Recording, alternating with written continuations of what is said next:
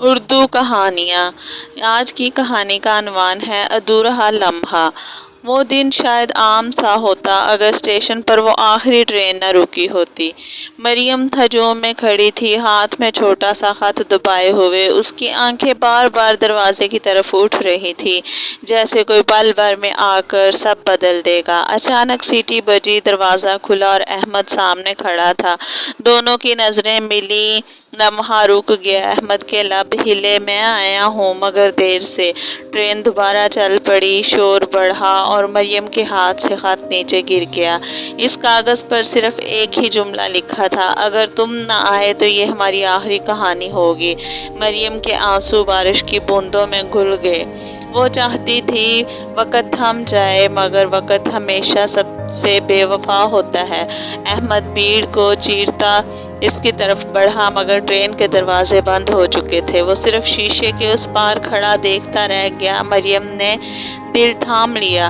کتنے خواب تھے، کتنی دعائیں تھیں جو وہ احمد کے ساتھ اس کے نام کرنے آئی تھی، مگر آج وہ سب خواب دھند کی طرح بکھرتے دکھائی دے رہے تھے۔ احمد کے لب کپک کپکا رہے تھے اور وہ کچھ کہانیاں کہنا چاہتا تھا، مگر آواز شور میں دب گئی۔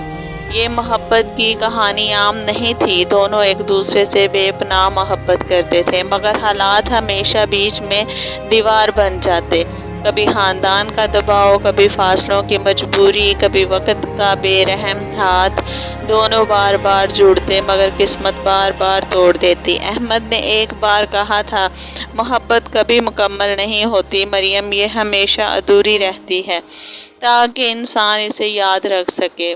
مریم اس بات پر ہنسی دیتی تھی، مگر آج وہ جملہ اس کے دل کو خنجر کی طرح کاٹ رہا تھا۔ ٹرین کے شیشے اس پار احمد کے چہرے پر بے بسی لکھی تھی۔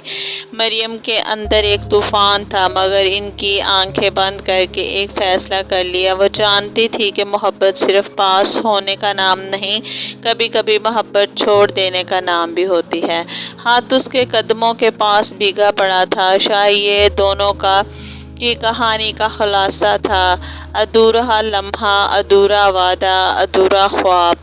اس رات کے بعد احمد نے مریم کو دوبارہ کبھی نہ دیکھا، لیکن وہ لمحہ، وہ خط، وہ شیشہ دونوں کی روحوں میں ہمیشہ کے لیے قید ہو گیا۔ کہتے ہیں محبت کبھی مرتی نہیں، یہ سانسوں میں نہیں روحوں میں بستی ہے، اور جب کوئی محبت ادھوری رہ جائے تو وہ ہمیشہ زندہ رہتی ہے۔ مریم آج بھی اسٹیشن پر ٹرینوں کا شور سنتی ہے، اور